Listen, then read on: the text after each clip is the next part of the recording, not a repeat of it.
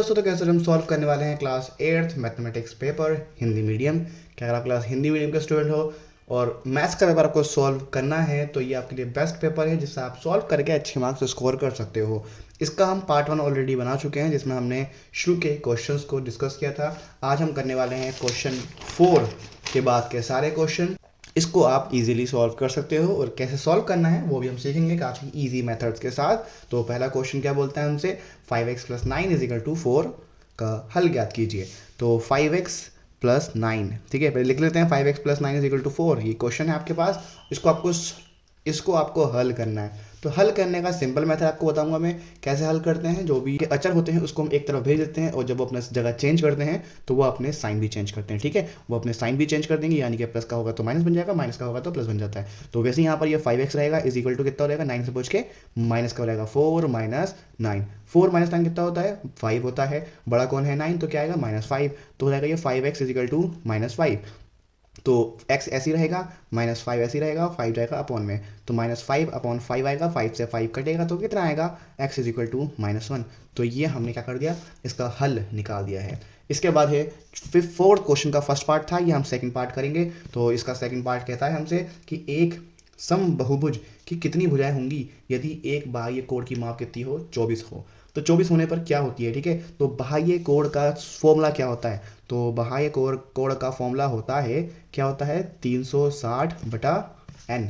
कितना होता है, 360/n। ओके, तो बाह्य कोण कितना बोल रहा है, ये 24 बोल रहा है। इक्वल टू कितना हो गया, ये 360/n हो गया। उसके बाद क्रॉस कर देंगे, n यहाँ 24 नीचे, तो n इज इक्वल टू कितना हो जाएगा, 360/24। फिर इसको हमें कैंसिल भी करना है। कैंसिल कैसे कर सकते हैं, इसको कैंसिल करेंगे, ठीक है। 2 1 2, 2 2 4, 2 1 2 1 आगे जाएगा, 2 8 16, फिर 0 यहाँ लगा देंगे। फिर हम इसको चाहें तो 12 से भी डिवाइड कर सकते हैं। तो कैसे होगा, 12 1 12 हो जाएगा, 6 बचेगा, फिर 0 लगेगा, 12 5 60 भी यहाँ पर हो जाएगा। तो क्या हो जाएगा, n इज इक्वल टू 15, यानी कि 15 आपका आंसर आ गया है। यानी कि 15 भुजाएं होंगी उस बहुभुज की जिसका कोण कितना होगा, बाह्य कोण 24 का होगा। तो हमने ये सेकंड क्वेश्चन भी कर लिया है। उसके बाद बात करते हैं थर्ड क्वेश्चन की, जो कि है गणना किए बिना निम्नलिखित संख्याओं के वर्गमूल में अंकों की संख्या ज्ञात कीजिए। यानी कि आपको बिना सॉल्व करे बताना है कि इन संख्या का वर्गमूल क्या होगा। तो ट्रिक्स होती हैं, आप ट्रिक यूज़ कर सकते हो, लेकिन यहाँ पर कहा है कि सॉल्व नहीं करना है, डायरेक्ट आंसर लिखना है। तो कैसे करोगे, तो कैसे करते हैं आपको ध्यान रखना है। यहाँ पर आप ध्यान देंगे कि क्या यहाँ पर क्या लिखा है, पहले लिखा है 4, तो 144 लिखा है ना। तो 144 में लास्ट का नंबर कितना है, 4, तो कितना रहेगा 2, ठीक है। 2 ही उसका स्क्वायर होता है।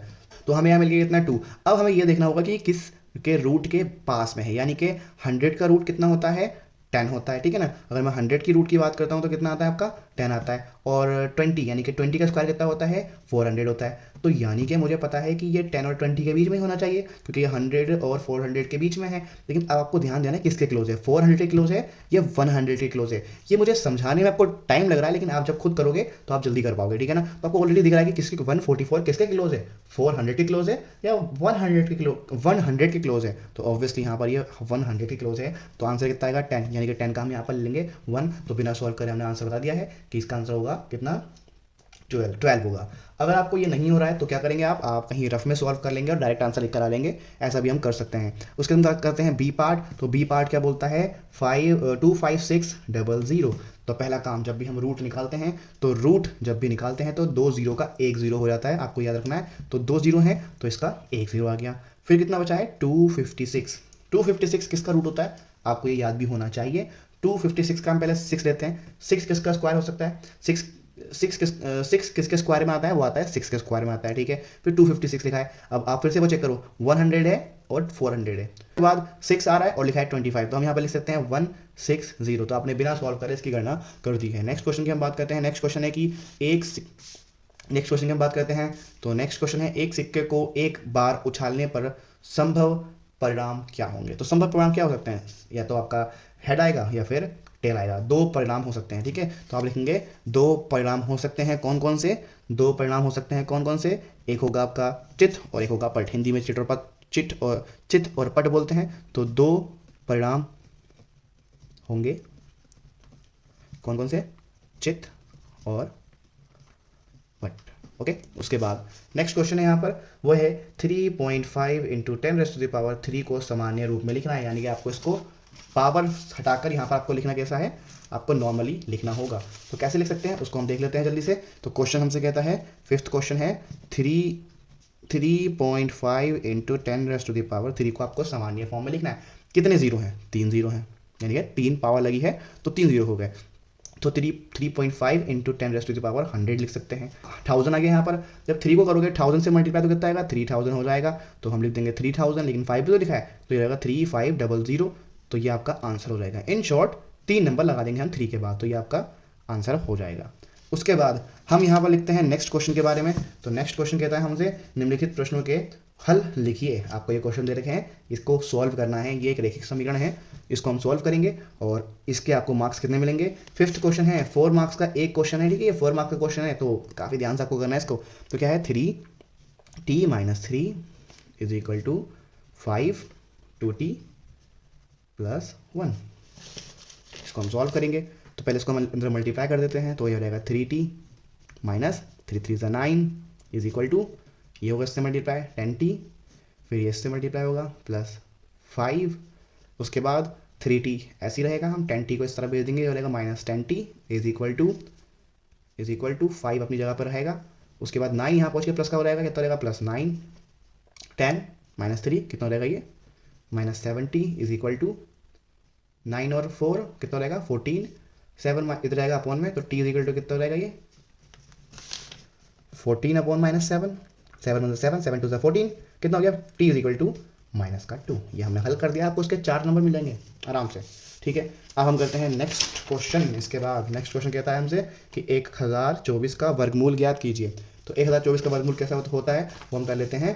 तो सिंपल है क्वेश्चन कि आपको इसके क्या निकालने होंगे, अभाज्य गुणनखंड निकालने होंगे। तो आप इसके पहले अभाज्य गुणनखंड निकाल लीजिए। तो कैसे करेंगे, 2 से करेंगे, यहाँ पर ये आएगा आपका, ठीक है। तो मैं इसको जल्दी से कर लेता हूँ, आप इसको देख लेंगे, फिर आप इसको आपको ये करना आता होगा ऑलरेडी। और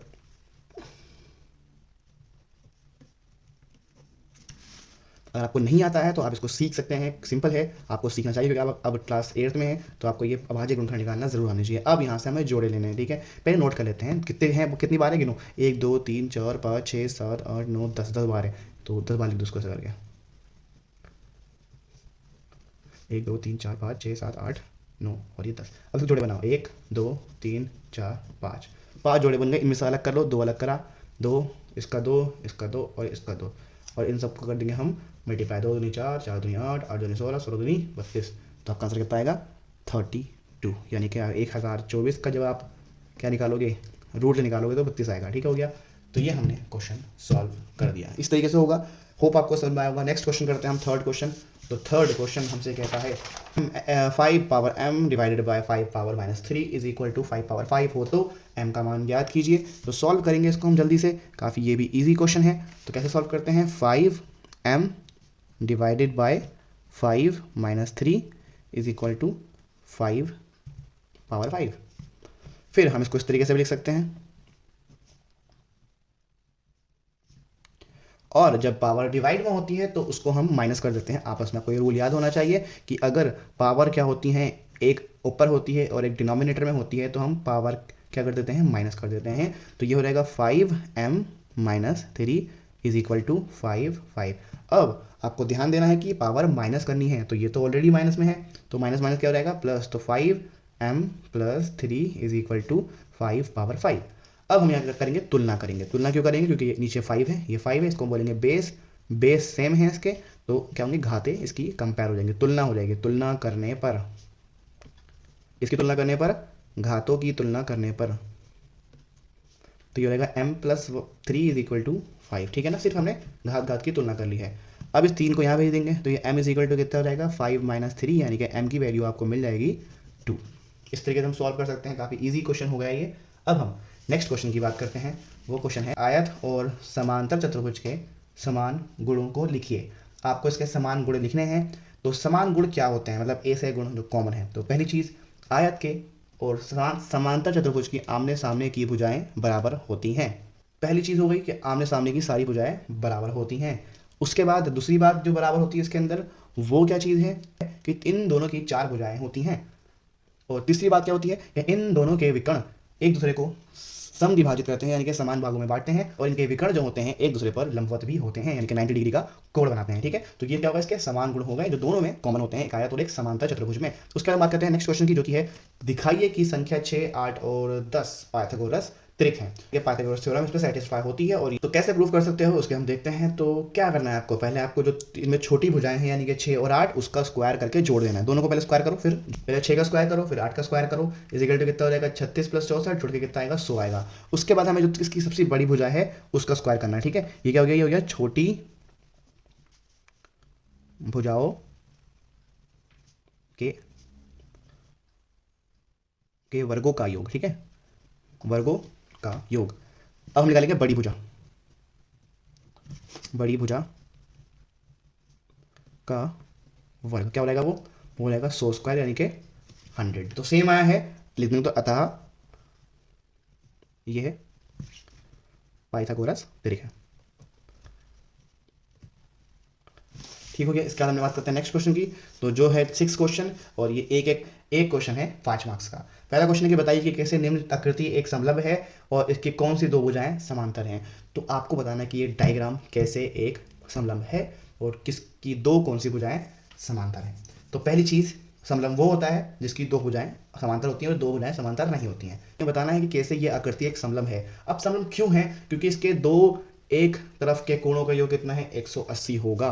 तो इस प्रकार ये क्या हो जाएगा, ये एक, ठीक है, क्योंकि एक तरफ के कोणों का योग कितना होगा, इक्वल टू कितना हो जाएगा 180 हो जाएगा। अब angle D plus angle A कितना हो जाएगा 180 हो जाएगा। और अगर ऐसा है जो कि है 120 + 60 इज इक्वल टू कितना हो जाएगा 180 हो जाएगा। तो लिख देंगे अतः ये एक समलंब है और इसकी कौन सी भुजा समांतर होंगी, जिस तरफ उसके अपोजिट रहेंगे। ये आपकी भुजा आ रही है ना, डी आ रही है, तो ये अगर इस तरफ के कोण बराबर, इस तरफ के कोणों का योग 180 होगा तो ये डी सी और ए बी क्या हो जाएंगी, समांतर हो जाएंगी। ठीक है, तो क्योंकि कोणों का योग कितना है 180 है, इसलिए ये समलंब है और DC समांतर है AB के। ठीक हो गया, तो इस तरह आप सॉल्व कर सकते हो, आपको अच्छे मार्क्स मिल जाएंगे। नेक्स्ट है सेकंड क्वेश्चन, जो कि काफ़ी इजी है, जो आपको बता रहा है कि पाई चार्ट दे रखा है आपको। ये एक पाई चार्ट है जिसके अंदर क्या है, अलग अलग परिवार दे रखे हैं, जिसके अंदर क्या है, अलग अलग महीने में खर्च की गए और बचत की गए का प्रतिशत है एक परिवार का, कि उसमें खर्च कितना किया है और बचत कितनी हुई है, सबका एक बजट दे रखा है यहाँ पर। तो 15% शिक्षा पे लगे हैं, 10% लगे हैं कपड़ों पर, 20% सेविंग हुई है, 25% भोजन करा है और 30% अदर चीज़ों में खर्च किए हैं। तो क्वेश्चन हमसे पूछता है इसके अंदर पहला पार्ट, किस मद में वह सबसे अधिक है, इनमें से किस में सबसे ज़्यादा खर्च हुआ है। तो सबसे किस में खर्च हुआ है, अन्य में। तो आपका आंसर होगा क्या, अन्य। आप लिख देंगे अन्य। उसके बाद है चौथा, किस मद में सबसे कम खर्च हुआ है। तो आंसर है कपड़ों पर, कपड़ों पर सबसे कम खर्च हुआ है। उसके बाद है यदि परिवार की मासिक बचत 3000 हुए है तो कपड़ों पर हुआ खर्च क्या होगा। तो यहाँ पर सिंपल सी कहानी है, परसेंटेज का फॉर्मूला लगेगा। तो कितने परसेंट है परिवार की बचत, 20% है, और वो 20% कितना है 3000 रुपये। तो हम लगाएंगे फॉर्मूला, तो प्रतिशत कितना है 20,000 रुपये, और कितने रुपए निकल रहे हैं आपके, आ रहे हैं कितने 3000 रुपये उसकी बचत हो रही है। तो टोटल हमें नहीं पता, यानी कि कुल कितनी बचत है, कितने पैसे हैं कमाता है, ये नहीं पता। इंटू कितना हो गया 100 हो गया, एक जीरो से हम यहाँ जीरो काट देते हैं और 2 की क्रॉस हो जाएंगे। कुल इज इक्वल टू कितना हो जाएगा आपका, ये 3000 × 10/2। ठीक है, कैंसिल कर सकते हैं, 5 × 5, 2 × 2, 2 × 5 = 10, और इसको उससे मल्टीप्लाई कर देंगे तो हमारा आंसर कितना आएगा 15,000 रुपये हो जाएगा। इनके 15,000 रुपये वो कमाता है। अब इस 15,000 का हमें क्या करना है, हमें निकालना है कपड़ों पर। कपड़ों पर कितना खर्च हो रहा है 10%, तो 15,000 का 10% हमें निकालना होगा। तो कैसे निकालेंगे हम प्रतिशत का सिंपल फॉर्मूला है कि आपको क्या करना है कि फॉर्मूला में रखना है कितना है, टोटल अमाउंट कितना है जो हम रखते हैं अपॉन में, और कितने खर्च हुए कपड़ों पर हमें पता नहीं, तो वो हम संख्या इसको ऐसे ही रहने देते हैं। इंटू कितना हो जाएगा 100 हो जाएगा, और प्रतिशत कितना लगा हमें कपड़ों पे 10% लगा है। ठीक है, आपको सॉल्व करना है हमें। 0 से 0 गया, 0 से 1 0 गया, कितना बचा 150 बचा है। तो संख्या कितनी आ रही है हमारे पास, बटा 150, और यहाँ पर कितना आ गया 100। क्रॉस करेंगे तो कितना आ जाएगा, ये संख्या इज इक्वल टू 150 गुणा 10 यानी कि ये आ गया आपके पास 1500 रुपये खर्च करे होंगे उसने कपड़ों पर। तो इस तरीके से हमने ये पूरा पेपर सॉल्व कर दिया है। तो आप होप आपको ये समझ में आएगा, समझ में आए तो वीडियो को लाइक कर देना, और जिस उसका पार्ट 1 ने देखा पार्ट 1 भी देख लेना। तो मिलते हैं आपसे अगली वीडियो में, तब तक के लिए all the best, thanks for watching and piece.